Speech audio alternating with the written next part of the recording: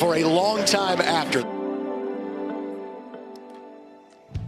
Well, it's not a long time after, but it's certainly a topic of discussion. East Coast, West Coast, AFC, NFC football, and beyond, and the whole sports world, talking about Andrew Luck's surprise retirement. We're bringing you coverage all morning long. Tom Pelissero's in Indy at the facility, getting the mood and the fallout from that. This is Good Morning Football. We are presented by Payday. Ooh, yeah. Live in New York City, Love a favorite Payday. candy bar of Kyle Brandt. That's right. The only guy who can say no to a payday is Andrew Luck, apparently, right? Apparently. It's crazy, but I love a payday. Get it all the time. It's August 26th. I do believe we are 1, 2, 3, 4, 5, 6, 7, 8, 9, 10 days away from kickoff. You're right about that, and just like a payday, this show is nuts and it's sweet. So Hey, let's get baby. right to it. Plenty of reaction from around the league, though. Andrew Luck's retirement, of course. Here's T.Y. Hilton. He said, every time I think about it, tears start to flow.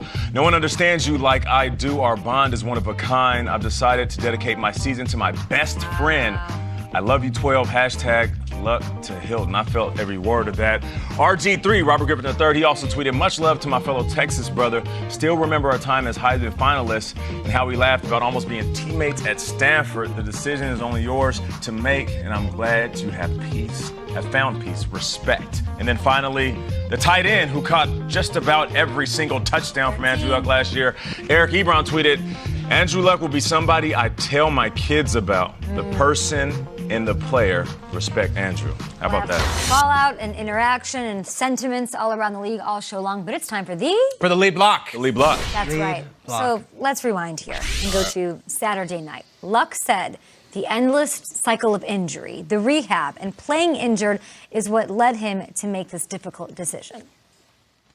It's taken my joy of this game away, and this.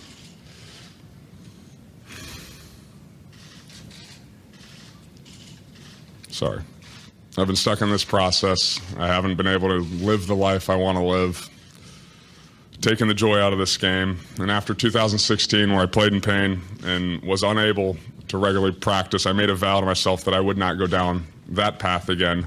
I find myself in a similar situation, and the only way forward for me is to remove myself from football in this cycle that I've been in.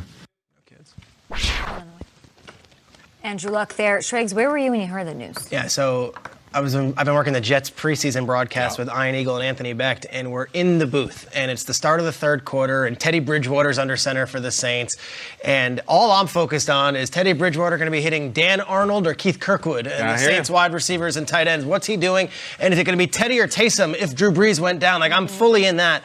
And Kay, I feel like I've got a pretty good pulse in the league. Like, I feel like I come here honestly with you guys. I'm transparent when I have news, when I don't have news. There's very rarely a story these days that hits my radar that I don't believe. Mm-hmm. And other reporters can tell you otherwise. They can say that they saw this coming, that they were reading tea leaves. This one floored me, and it floored me in real time, so much so that our producer of the game, Jim Rickoff, who works for CBS, popped in our ears and said, hey, guys, there's a report coming out that Andrew Luck is retiring. And I say...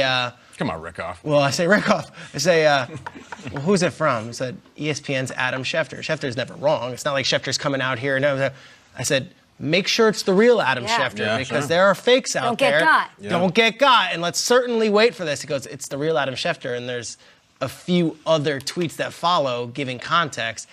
And it almost was a revelation because not that I'm numb to this, but to be surprised by NFL news at this stage in my career and in our careers on the show every day is just shocking. And my initial reaction, amazingly, I'm on air when it happens and they toss to us.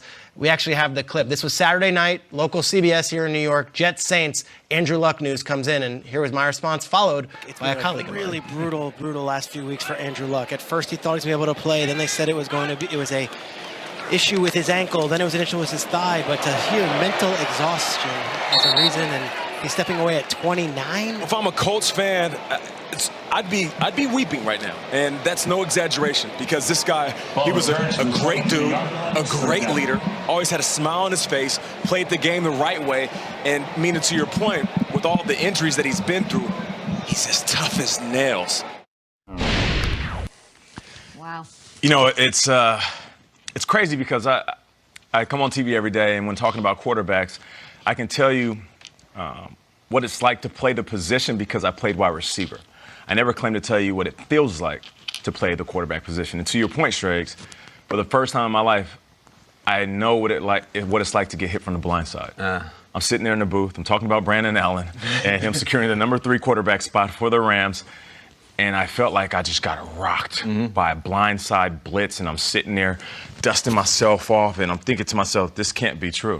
One of the best quarterbacks in the league just retired. It's check my tweets, check my texts, check my tweets, check my texts.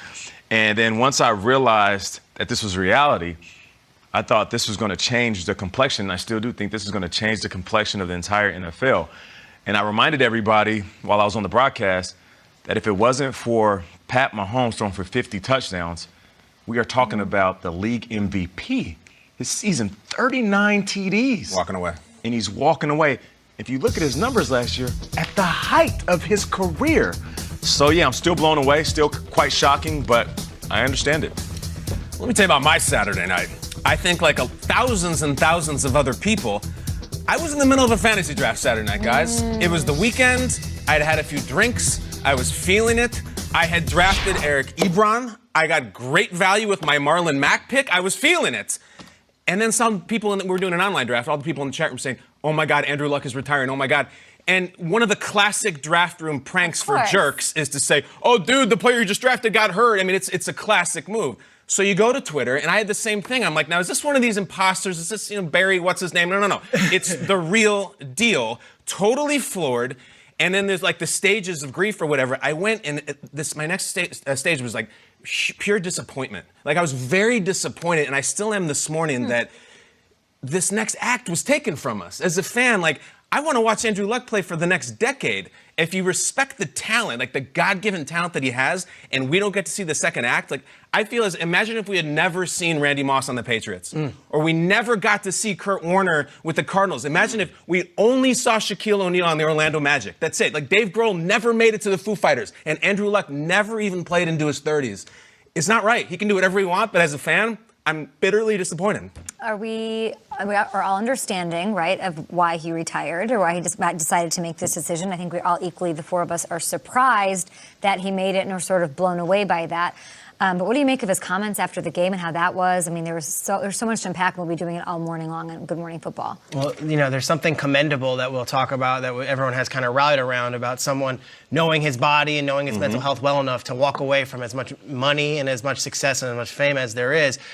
I think around the league, the reverberations were, wow, if he's able to do this at 29, who else is willing to do this? And is this a new age of players saying, I've had my fill, I'm good, I don't need to go through this? Because when you hear mental exhaustion, that's something that really, resonates with. Have you seen this before, Nate?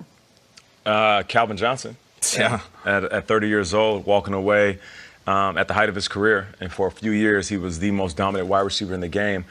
But I saw him every single day limp around. I saw him every single day exhausted. If you've seen Avengers Endgame, the beginning where Thanos is sitting there and he looks tired, he looks worn out, he looks fatigued. And that's what Calvin Johnson was every day. And I wasn't surprised. I was shocked. I was shocked just by the news of Andrew Luck retiring, but I wasn't surprised, though, because I know exactly what he'd been through. But you mentioned the sound, his press conference after the game. It's funny because there were moments of it that mimicked a Hall of Fame speech where he was mentioning guys that he played with, talking about Reggie Wayne and how I threw to you and players that are currently on his roster.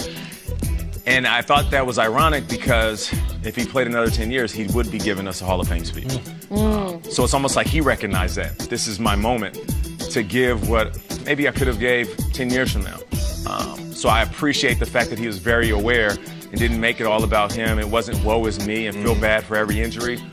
He was just very transparent about his feelings in the moment. It's a wild time for this Colts team, Shregs, and we'll be breaking it down all day. A team that, this is a Super Bowl contender. I don't even know where they sit now as a power in the AFC. Still could be, Kay. We'll dig into it. We'll talk about Brissett taking over and all of that, of course. It's wild to me to think that the Colts had something that so many teams don't have. The Patriots have their Brady the last 20 years, and if you look at Colts fans, it was Peyton Manning and Andrew Luck, two tremendous talents at the QB position for basically 2 decades outside of one 2017 season with Brissett. So having to move on from that as a fan base has to be really tough. There's a fascinating disconnect between the fan in the stands and the player on the field that we're going to get into. And people see Andrew Luck, and he has the perfect life, and he's rich, and he's a star quarterback, and I would do anything to live that life. Andrew Luck in his speech literally says, I haven't been able to live the life I want to live. It is powerful stuff. We will dig into it all day.